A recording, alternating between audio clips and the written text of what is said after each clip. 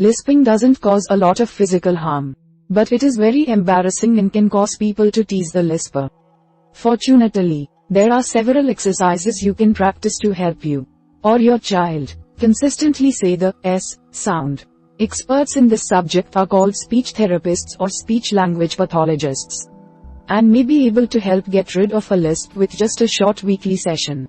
So, we are going to watch about the how to get rid of a lisp.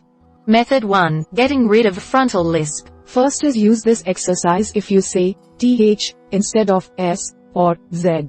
In a frontal lisp, the speaker puts his tongue forward against his teeth when he says the S or Z sound, causing a TH sound instead. If he has a gap between his front teeth, he may push his tongue through this gap. If you're not sure whether this describes you, look at yourself in a mirror while you make the S or Z sound. With a frontal lisp, S ends up sounding like the TH in math, and Z ends up sounding like the TH in father. Step 2. Smile at a mirror. Find a mirror in a well-lit area, so you can easily see your mouth while you speak. Smile into the mirror to display your teeth. Smiling will both make it easier to watch yourself, and help pull the tongue back slightly, where it needs to be for an S sound. Step 3. Close your teeth together. Keep your teeth together, but remain smiling with your lips apart. You do not need to clench your teeth together hard. Step 4. Place your tongue in the correct S position. Move your tongue so the tip is just behind the teeth, high up against the roof of the mouth. Don't press your tongue against your teeth, and keep your tongue fairly relaxed, not pressing hard. Step 5. Push air through your mouth. If you don't hear a hissing S sound, your tongue may be too far forward still. Try pulling your tongue back and smiling forward. If you can't get it, don't get frustrated. Try the next exercise below, and keep practicing often. Step 6. Try saying it while paying attention to your tongue shape. If saying S is still difficult in the above exercise, try this exercise as well. Separate your teeth slightly, and press the sides of your tongue against your upper back molars.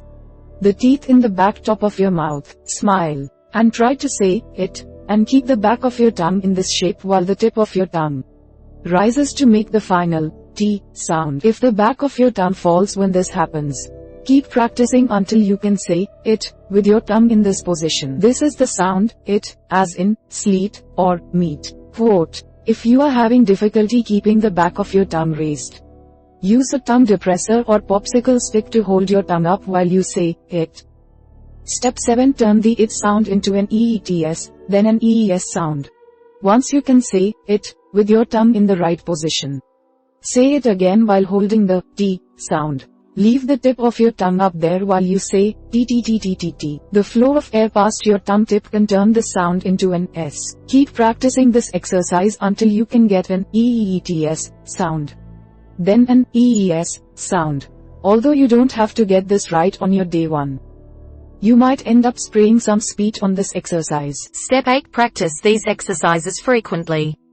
Try these exercises at least once a day, and preferably several times a day. Once you can repeat the S sound many times in a row, try to use it in words and sentences. It might be easier for you to say nonsense words first, such as beach sit or ass, then move on to reading aloud. Finally, ask a speech therapist for more tips. If you are still having trouble with your lisp after a few weeks, try finding a speech therapist in your area. She should be able to give you exercises that are individualized for your speech patterns, specifically designed to help you say the sounds you are trying to say. Method 2. Getting rid of a lateral lisp. First is use this method for lisps that produce a slushy sound. In a lateral lisp, the speaker's tongue is in the position for an L sound whenever he tries to make an S sound. In other words, the tip of the tongue is up against the curve where the roof of the mouth begins to rise higher. When the speaker tries to make an S sound, air escapes over the sides of his tongue, making a slushy or spitty sound instead. Often, SH as in shoot and ZH as in massa or concluon are difficult to pronounce as well. Step 2. Put your tongue in the butterfly position. Say ni or bin and keep the vowel going without finishing the word. During this sound, you should feel your tongue sides rise up in your mouth. but the middle stays lowered. The tongue tip remains lowered as well, not touching anything. This tongue position looks something like a butterfly. If you picture the center of your tongue as the butterfly's body, and the sides as the raised wings. Step 3. Practice quickly putting your tongue in this position. Think of this as strength exercises for your tongue. Relax your tongue, then quickly raise it into the butterfly position. This is making the sides of your tongue stronger, and helping them get into the habit of blocking the excess airflow that makes the slushy, lateral lisp. Practice this as long as necessary, until you can easily reach this position. Step 4. Blow air through your mouth in this position. Keep your tongue in the butterfly position. Blow air through the groove made by your tongue instead. This should produce a sound that sounds more like an S or a Z if you vocalize while blowing. Step 5. Keep practicing this exercise and trying to say S normally. Practice the butterfly position every day and blow through it to make an airy S sound.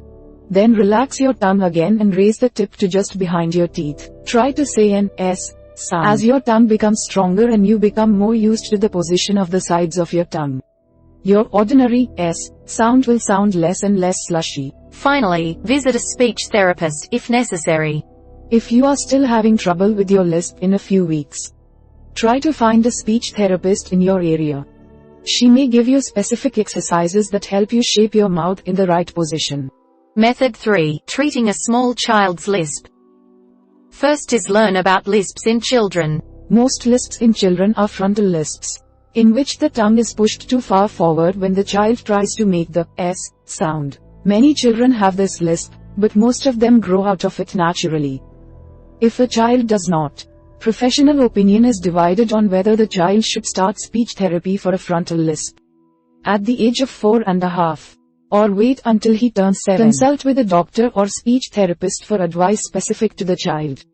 But know that there is no need for concern if a child under 4.5 years old has a lisp. If the lisp has a different form, with the tongue positioned further back, consulting a speech therapist is recommended. Step 2. Don't keep pointing out the lisp.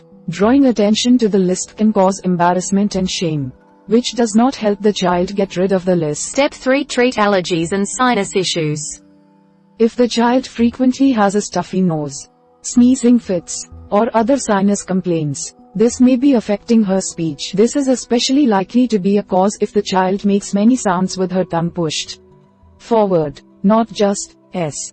Seek the advice of a doctor for child-safe treatments for allergies and sinus infections.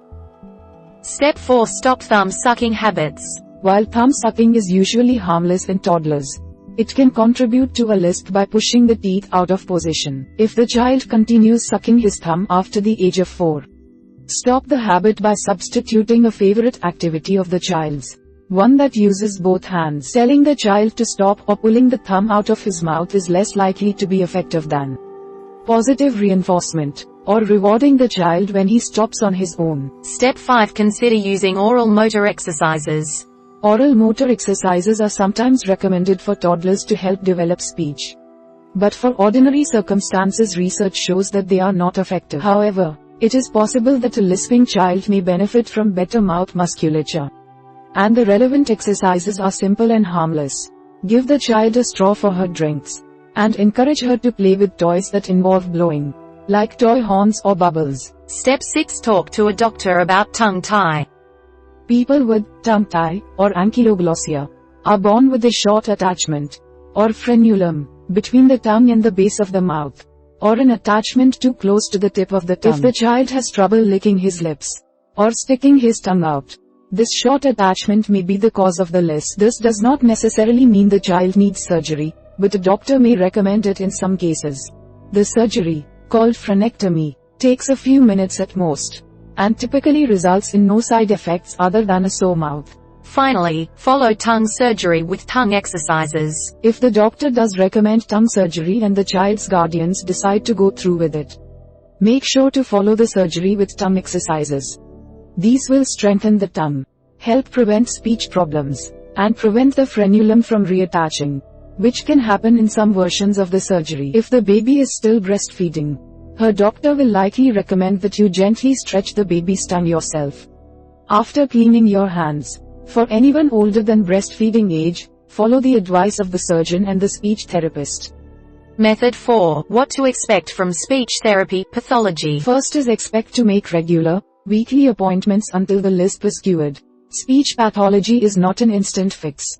Great speech language pathologists, SLPs, will work with you or your child to help develop great speaking habits and tricks. The more you can meet, the faster you will get rid of your lisp. Sessions are usually between 20 minutes and an hour. Some clinics offer group therapy, easing the pressure on you to perform. Step 2. Be prepared to talk about your medical and speech history, or your child's. You need to know the causes of the lisp to find solutions. While some people are born with lisps, some speech problems are rooted in medical history, sometimes going back to birth. Bring a copy of medical records with you. A good professional leaves no stone unturned. Parents are instrumental in helping their children beat a lisp. Expect the therapist to enlist your help. Step 3. Expect to be screened and assessed, which is usually just a short conversation or set of word tests. In order to determine the next course of action, the SLP will want to hear your speak. This generally consists of simple questions or repeated words. You may even do an oral motor exam, which is a series of exercises to see how your mouth moves independently of speaking. If you've brought your child in, the SLP may want to observe them playing with other kids, or with you. Seeing them speak naturally, and not under pressure, is important.